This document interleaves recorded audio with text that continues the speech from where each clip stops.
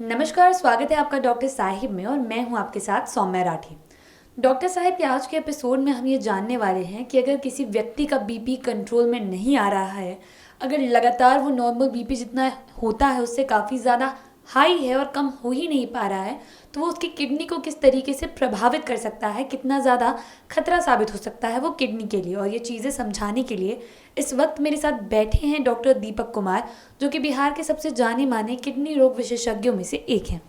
सबसे पहले डॉक्टर साहब नमस्कार, बहुत बहुत स्वागत है आपका। डॉक्टर साहब, हम जानते हैं कि किडनी बॉडी के लिए कितना एसेंशियल पार्ट है, कितना ज़रूरी रोल निभाता है किडनी हमारी बॉडी में। ऐसे में अगर किसी व्यक्ति का बीपी लगातार बढ़ा हुआ है, कंट्रोल नहीं हो पा रहा है, तो वो उसकी किडनी को कैसे अफेक्ट कर सकता है? सबसे पहले तो अगर किसी ये मरीज का एज पे डिपेंड करता है कि वो जो अगर उसको कोई हाइपरटेंशन की प्रॉब्लम जो कि लगातार परसिस्ट कर रही है वो किडनी से रिलेटेड है या नहीं। ओल्ड एज के पेशेंट्स की अगर बात की जाए तो ऐसे भी एज रिलेटेड जो हमारा जो ब्लड वेसल्स होता है उसमें एज रिलेटेड कैल्सिफिकेशन जो प्रोसेस होता है वो काफ़ी तेज़ी से बढ़ना चालू हो जाता है। तो हाइपरटेंशन दो ग्रुप में हम लोग डिवाइड करते हैं। एक तो इसेंशियल हाइपरटेंशन जिसमें कि कोई स्पेसिफिक इटियोलॉजी हमें नहीं पता चलती, और दूसरा कि बहुत सारे कारण के उस मरीज को ब्लड प्रेशर बढ़ी हुई रहती है। तो यंग एज में अगर किसी मरीज को परसिस्टेंटली बीपी अगर हाई रह रहा है तो किडनी के केवल कारण हो ऐसा नहीं होता, हमें किडनी के साथ साथ बाकी भी अदर इंडोक्राइन ऑर्गन्स है जैसे एड्रिनल ग्लैंड हो गए या बाकी जितने भी इंडोक्राइन ग्लैंड्स है, हमें सभी ग्लैंड्स के बारे में एक थोरो वर्कअप करना चाहिए। ओल्ड एज के पेशेंट में वैसे भी 40 वर्ष की उम्र के बाद वैस्कुलर कैल्सिफिकेशन जो होता है तो उनका ब्लड प्रेशर एज से रिलेट करते हुए नॉर्मल से हमेशा ज़्यादा ही रहता है।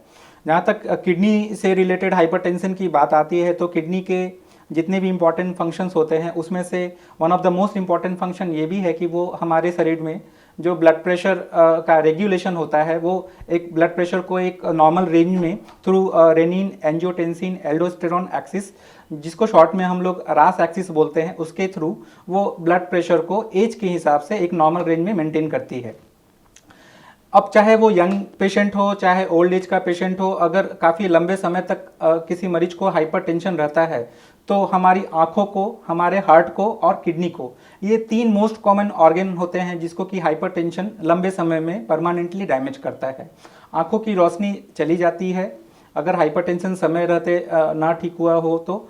हार्ट में कोरोनरी वेसल्स को भी वो डैमेज करती है। और किडनी की जहाँ तक बात आती है तो किडनी में जो हमारा जो रक्त का जो जाल होता है जिसको मेडिकल टर्म में ग्लोमेरुलाई बोलते हैं, जिसका कि नॉर्मल फंक्शन होता है ब्लड का फिल्ट्रेशन करना, तो वो जो ब्लड फिल्ट्रेशन जो बैरियर जो किडनी में होता है वो परसिस्टेंटली हाई ब्लड प्रेशर के कारण वो टूट जाता है, वो ब्रेक हो जाता है। तो उसके कारण क्या होता है, जो किडनी का प्यूरिफिकेशन करने का जो फंक्शन होता है वो डैमेज हो जाता है। तो उसके थ्रू हमारे पेशाब में कुछ ऐसे अवांछित मटेरियल्स आना स्टार्ट हो जाते हैं जो कि नॉर्मल कंडीशन में नहीं आना चाहिए। उसमें से मोस्ट कॉमन एक प्रोटीन होती है एल्बुमिन। तो अगर यूरिन के रूटीन जांच में अगर पेशाब में प्रोटीन आ रहा हो तो हाइपरटेंशन के मरीज में ये सबसे कॉमन मैनिफेस्टेशन होता है। और ये प्रोटीन धीरे धीरे मात्रा में बढ़ती चली जाती है। तो इस प्रोटीन के शरीर से बाहर यूरिन के थ्रू जाने से धीरे धीरे स्वेलिंग स्टार्ट होती है, पहले फेस से, फिर उसके बाद दोनों पैरों में, फिर बाद में जाकर के एडवांस रीनल फेल्योर जिसको बोलते हैं, तो पूरा शरीर फूलने लगता है। तो इसीलिए ये ज़रूरी है कि समय रहते अगर ब्लड प्रेशर अगर किसी मरीज का हाई रह रहा है तो सबसे पहले तो जिस कारण से अगर हाई ब्लड प्रेशर किसी मरीज का रह रहा है तो उसका जो अंडरलाइंग काउज है उसको समय रहते ठीक किया जाए। नहीं तो ना केवल किडनी, आंखों की रोशनी और हार्ट से रिलेटेड भी परमानेंट जो प्रॉब्लम्स होते हैं उसको हम लोग समय रहते ठीक कर सकते हैं। जी, उम्मीद करती हूँ कि डॉक्टर साहब ने जो सारी बातें बताई हैं आपने उन्हें ठीक तरीके से सुना और समझा होगा। इसी के साथ बहुत जल्द मुलाकात होगी डॉक्टर साहब के अगले एपिसोड में। तब तक के लिए अगर वीडियो को फेसबुक पर देख रहे हैं तो पेज को लाइक करें, यूट्यूब पर देख रहे हैं तो चैनल को सब्सक्राइब करें। कमेंट सेक्शन या मेल बॉक्स के माध्यम से आप हमें बता सकते हैं कि डॉक्टर साहब से आपके और क्या सवाल हैं। धन्यवाद।